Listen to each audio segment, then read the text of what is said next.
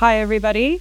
I am Andrea. After that big, fun, high-energy presentation about how to learn games, this is the Eat Your Vegetables presentation.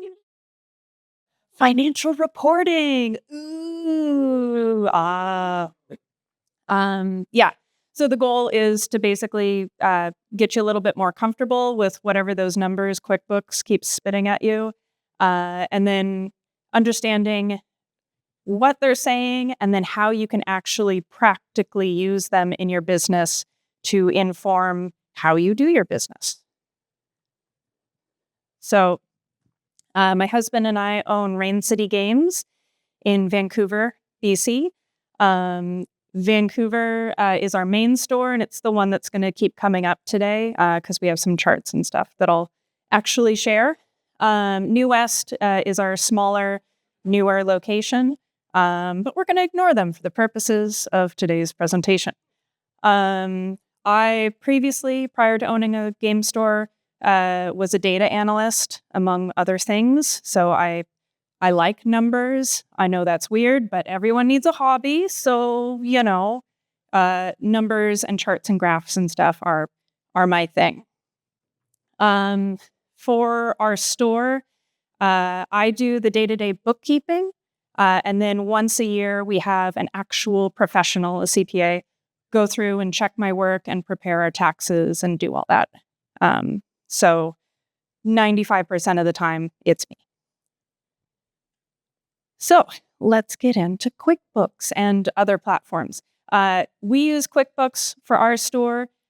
All of the reports and everything that I show today are pretty universal to any accounting software, any accounting platform.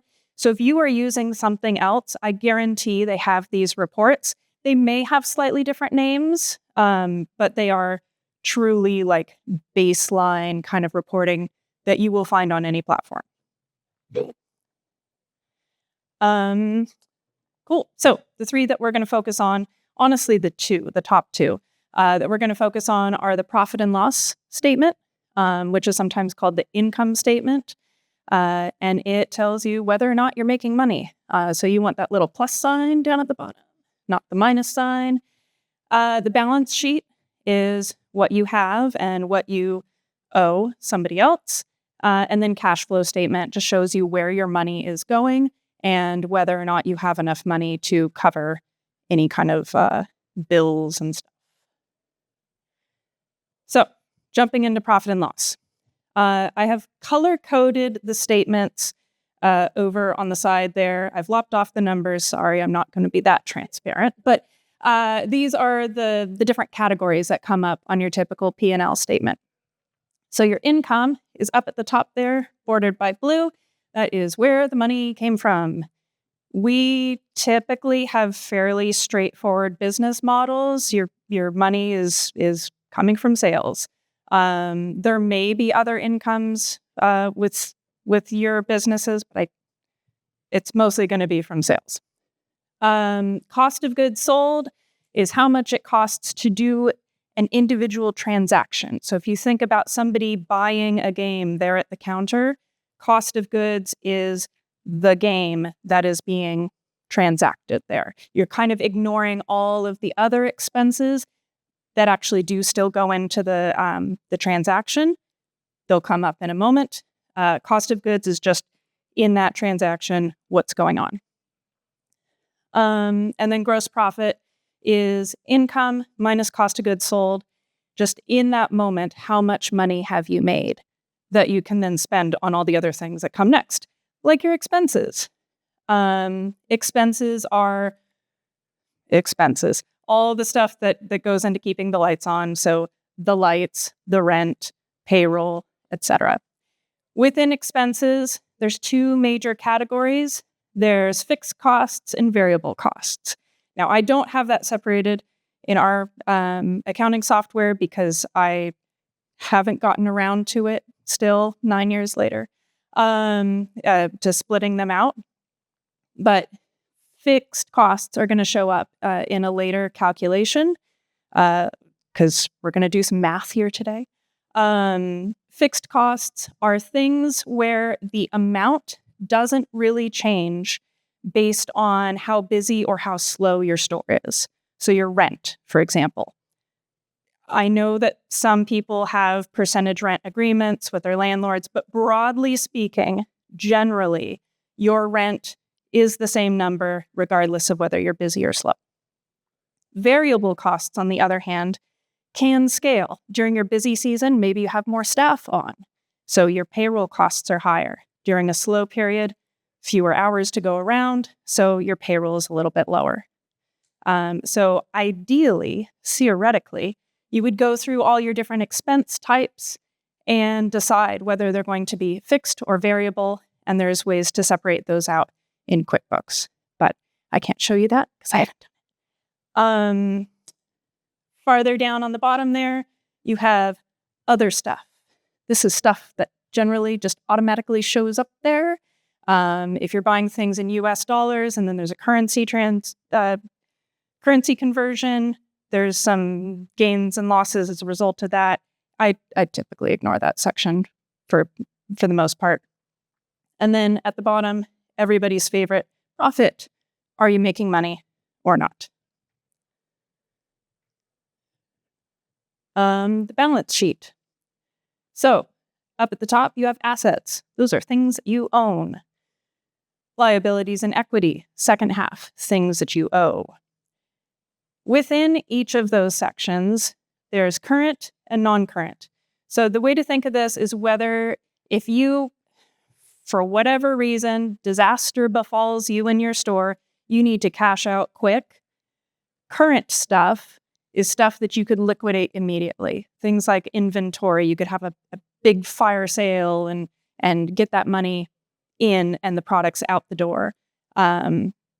Non-current stuff is longer term stuff that would take a bit of doing to liquidate and get going. And finally, cash flow statement.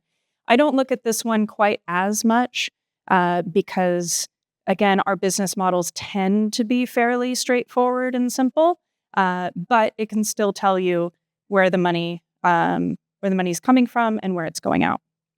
So operating activities, this is where, with our business models, all the money is appearing.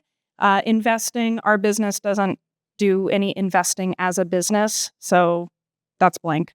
And then financing, if you have any loans or anything, that'll show up there. And then cash at end of period, you want that number to go up, down, from month to month. Hooray. Okay, that's the boringest part of the whole presentation. So we've made it. Hooray. Now we get to do math. That's fun, right? So those reports, again, are generic. You're going to find them in any platform. They tell you things about your business. But you can use the numbers that you find in those reports to do a little bit more calculation, a little bit more analysis, and tell you a lot more useful things about what your business is doing, where it's going well, where not so much, where you can improve. So KPIs, key performance indicators. For our store, we have a spreadsheet where I calculate out all of these things on a monthly basis. And over time, we've generated graphs because, again, data analyst, and we can see patterns and things. And I'll get to that at the end. We have some case studies that show what these look like in action in a store. But first, so many formulas. The cash conversion cycle. So this tells you how long your money is tied up in inventory. So if you imagine $1, you are spending this dollar on a game. The game sits on the shelf for a period of time. And then somebody buys that game. Now that dollar is freed again, back in your bank account, ready to be spent on something else. That little life cycle of the dollar is your cash conversion cycle. So you want, well, I'll get into kind of numbers that you want. Let's look at how it's actually calculated. So it's actually referencing two different reports, both the profit and loss report and the balance sheet. First, we're looking at days inventory outstanding. So this is how long your inventory sits on the shelf before it actually gets sold. So that's average inventory divided by cost of goods sold times days in the period. Again, we're looking at this on a monthly basis. So that's cost of goods sold in a month, and then number of days in that month. Days payable outstanding, how long you take to pay your suppliers. So if you're on terms, this is where terms start to show up in calculations. Credit cards, if you're carrying a balance, even within the month, you could pay off your credit card at the end of every month, not be charged interest on anything. That slight delay between charging the amount and paying off the credit card, that still counts in days payable outstanding, because during that lag between purchase and payoff, the money that would be paying off the card can be used to do other things. So still counts.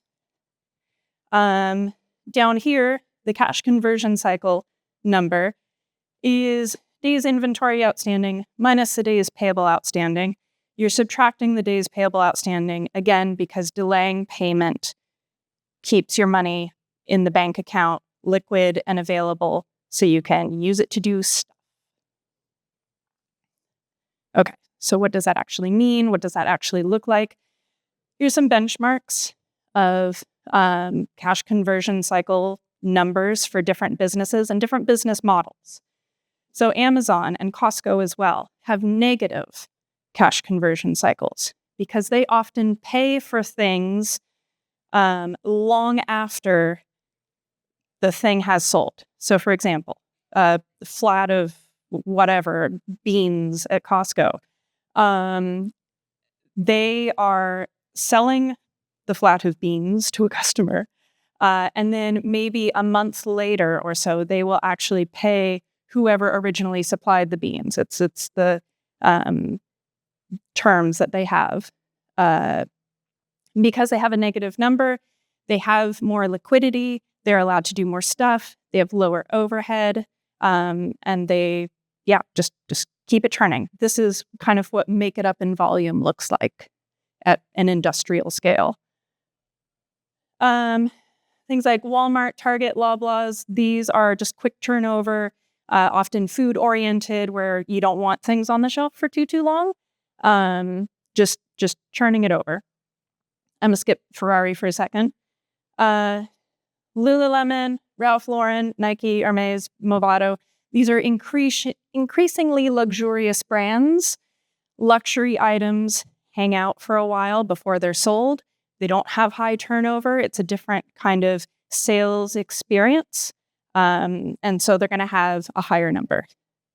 Ferrari has a weirdly low cash conversion cycle number because they kind of do a little bit of both. They often pre-sell their cars before making the cars, or at least finishing the cars. So the cars don't actually stay in inventory very long. They collect the money, then they build the car, then they cash out and pay off their suppliers. As a result, their number is a lot lower than it should be for a luxury brand. So that is something to consider for our own brands. Pre-orders are essentially the same thing. They are keeping, they're allowing you to take money early so you can do cool stuff and then pay off. As far as our businesses go, typically the rule of thumb for retailers and smaller scale retailers like ours is around 30 to 90 days. You can decide within that number what is best fit for you, but that's kind of the general benchmark. Other KPIs, gross margin. How efficiently do you make money? How much money do you make off of each item? This number can be different for every store, of course. For us, we target around 42, 43%, sometimes a little more, sometimes a little less. You do you. But that's what we're looking for. You can use that gross margin to calculate at what point during the day do you break even, which on a busy day is really nice to know when you've past that number, and now everything else is gravy. Just little morale boost partway through.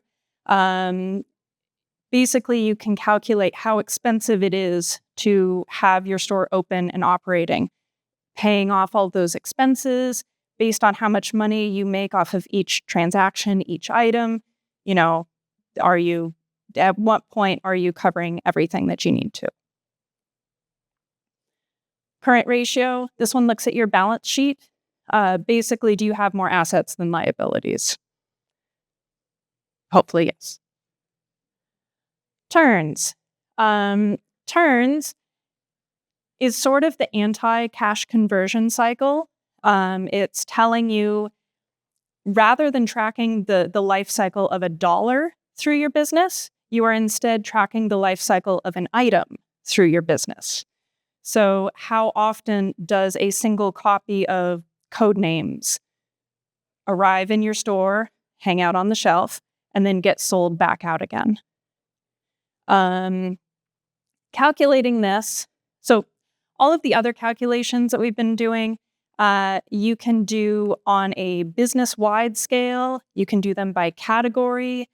Most of these I do on a business-wide scale. Turns is often most useful on an individual title scale because it tells you how quickly or how slowly each item is actually moving, and it can help inform you on like how many copies you should keep in stock at any given time. So if something moves slowly, you do not need a deep back stock. Versus Flip 7 or other titles that just instantly sell out, you really wish you had more. Generally, higher turns is better, but if the turns get too high, that often tells you that you are selling out, that you don't have enough on hand, that you run the risk of missed sales opportunities. If you sell out, somebody else is going to come in looking for the item, and you could have sold a copy just now, but they've gone off somewhere else because you didn't have it on your shelf. And then for those of us who are more visual people, just make graphs. Humans are really great at pattern recognition. So by making pictures, you can just look and see, are the lines going in the way that I want them to? So these are some of ours. I've lopped off the y-axis so you can't see what we're really up to.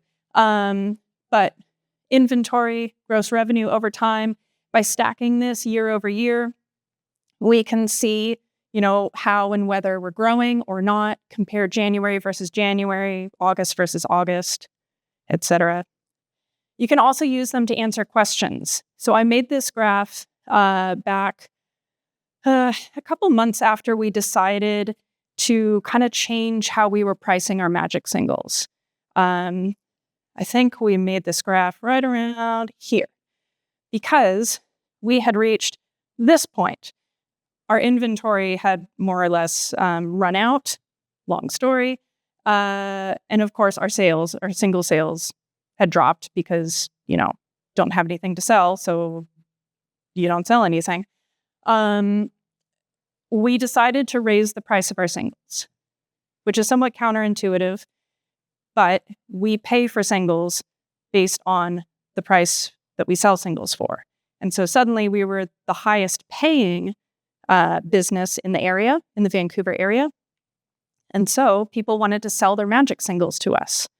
And if we have a deeper inventory, well, then we have the cards that people are looking for. Yeah, they could get them for cheaper somewhere else, but that somewhere else doesn't have them in stock. So, hey, and our single sales went up. They didn't go up as much as the inventory did. Obviously, there's a bigger incline there on the blue line, but singles don't take up a lot of space, so I'm okay with that. If this were Gloomhaven, I'd have some opinions, but singles are fine. So overall, the experiment was a success, and we have the data and the graph to prove it and to reassure ourselves. So what do all these numbers and calculations and assessments and everything, look like on the ground?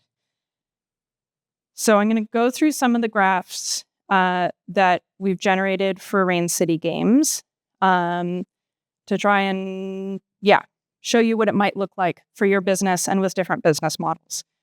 So I mentioned that you can graph key numbers month on month over time to see the evolution of numbers.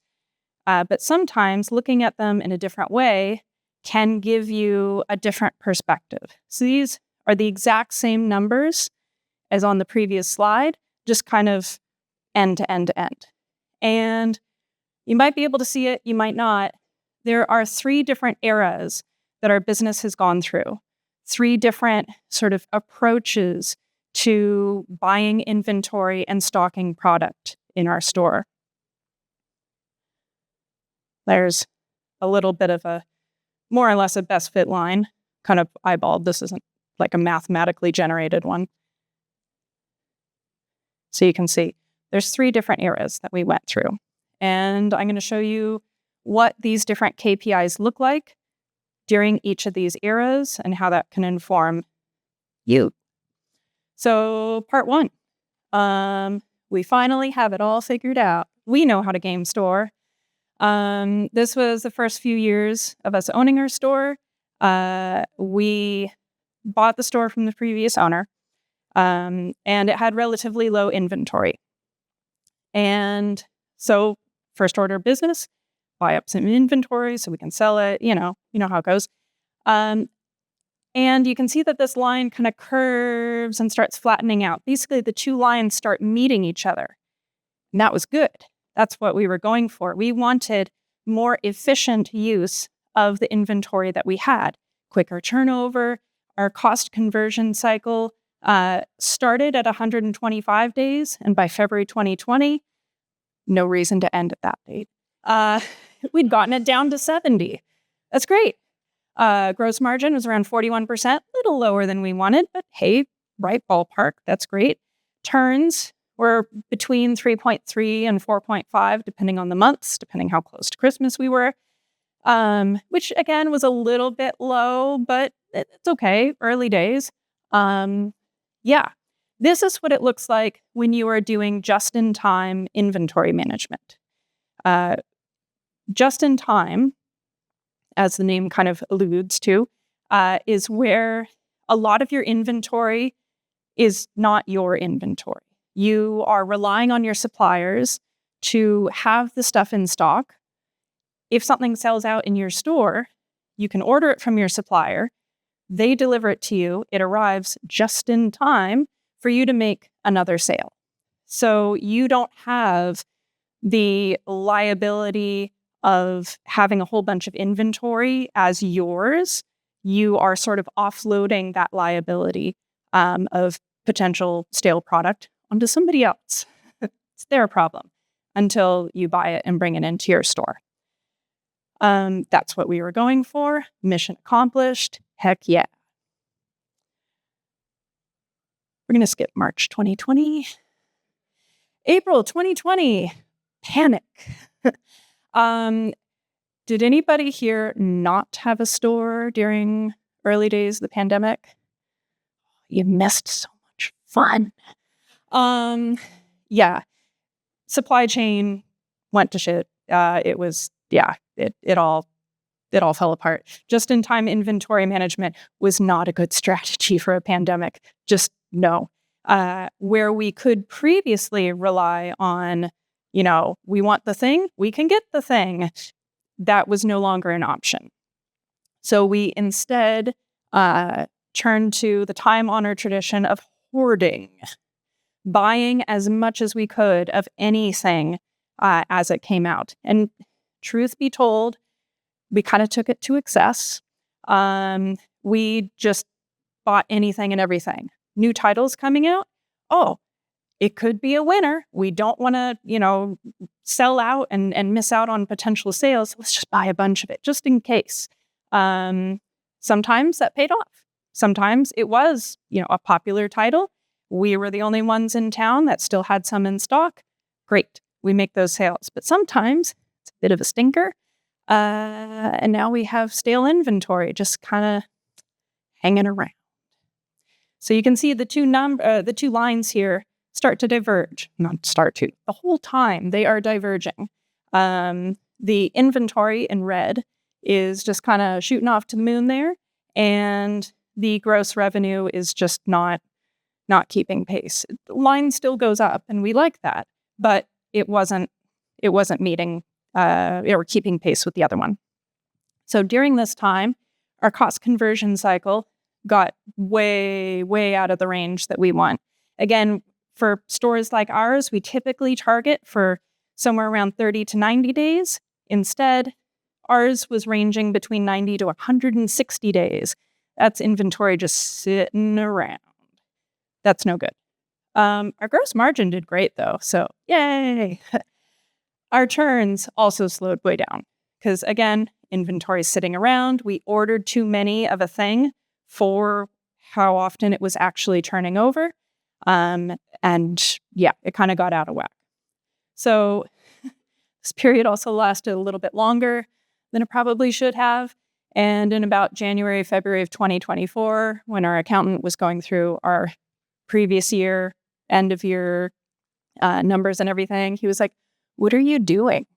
Like, just no." And he was right. So we decided to change, basically. So this was just straight up inventory hoarding. Currently, our current era is strategic hoarding. So now we do still, if we think a title's going to be hot, bring in as much as we can, but we're very selective about what that looks like, especially with more uncertainty in the world, as they say. We are very careful about taking risks. Proven titles, yeah, we have a lot on hand. Like Wingspan, we're going to sell the Wingspan. It's fine. So we have a bunch of that on hand. But if a new title comes out, we're going to look real hard at it before deciding whether to go deep or just get one or two test copies, see how they do, and then figure out what the restock's going to look like. And sometimes we mess up, sometimes we miss a hit, sometimes we're a little overenthusiastic, but overall, our numbers have gotten much more in line. So during this period, our cost conversion cycle has come down from 95 days to around 65 days. And you'll note that during this period, the inventory has started to go back up again. And yet, our cost conversion cycle number continues to go down, gets more efficient. That's because we're getting a little bit better at spotting the hits and skipping the misses. Not perfect, but, gross margin is pretty much nailing it. Yeah, we like that number. So cool. And then turns is around the number that we're comfortable with. We tend to target around 6. 5 or 6 is ideal for us and our store and how it operates. You do you. But yeah, we think that we haven't perfected it, but this is kind of what we're going for. Yeah, so I highly recommend that you get to know your numbers, you get comfortable with your numbers, really do try and look at your reports. I know they're scary and I know they're boring. And thank you for sitting through this presentation. But they are important, of course, and you can actually find some really interesting patterns and stories of your business hidden in those numbers. So just bite the bullet and do it, you guys. You could do it. Yeah, thank you.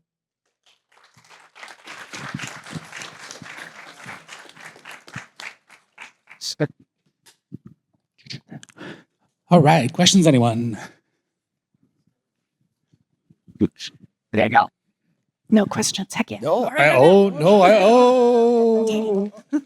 I mean, yes. So close. That's right. Always. So, question about your COGS. So, when things come into inventory, right, they have a certain price that's associated with them. You put them into inventory, you put them into WIP, right, and then the item gets sold, and then they typically from when they get sold, they'll move into cost of goods sold. How do you guys track pricing of games that come in versus games that go out? Because I know that QuickBooks doesn't necessarily naturally do that kind of inventory management. Yeah, we rely on our POS to do a lot of that tracking of numbers. So we use Lightspeed as our POS. It has very good reporting. The back end for Lightspeed is very good. We have Lightspeed R series. Front end of Lightspeed sucks, just so you know. Website. But it is very good at tracking, like first in, first out, in case price changes happen along the way. It can tell us, like, in a given period. So again, we assess our numbers by month. In a given period, what was the cost of goods sold, and it can tell us item by item, very, very detailed, down to the penny, what our cost of goods sold was. Does that answer? Yeah, it does. Is there a price level in which you just put everything into one big bucket? Or, for instance, like something that's a $5 thing, right? If you're tracking each individual $5 thing, sometimes depending on your system gets a little. Yeah, no, we're pretty obsessive. We do track every little thing. Even we're weirdos. We actually have every single magic single itemized in Lightspeed, and it'll track to the penny. So when we sell a fistful of cards for somebody's new commander deck, we can tell what our exact cost of goods, margin, whatever it was, card by card by card. Might be overdoing it. I don't know. Like I said, everybody needs a hobby. And so, thank you. Any other questions, anyone? Nothing's. The turns of 6 that you try and hit, that seems right to me for most like board games. Do you find that number still works like across the whole store, like packs of Magic, for instance, compared to like LARP weapons or something? You know, like when you put it all together, do you still find that average is about like 6 across the store? Well, board games are our bread and butter. They're over 50% of our revenue. So it will be different by product, absolutely. So Magic is very much like this is the hot new set, so it's going to have higher turns. Versus 3 years from now, people are not going to care about that set, and so the turns are going to be significantly lower. That said, hopefully you don't still have booster boxes upon booster boxes if you don't want them, and so it won't be like dragging your turn rate down for that product. After the shine has worn off, hopefully you don't have too many of the thing hanging around. Although I will point, I didn't name names in the presentation there. I don't know if you're still filming, but a lot of that stale product was Dominaria Remastered and Unfinity. We had so much. It's gone now. Any other questions, anyone? All right. Well, that's a wrap. Thank you so much, Andrea. Thank you.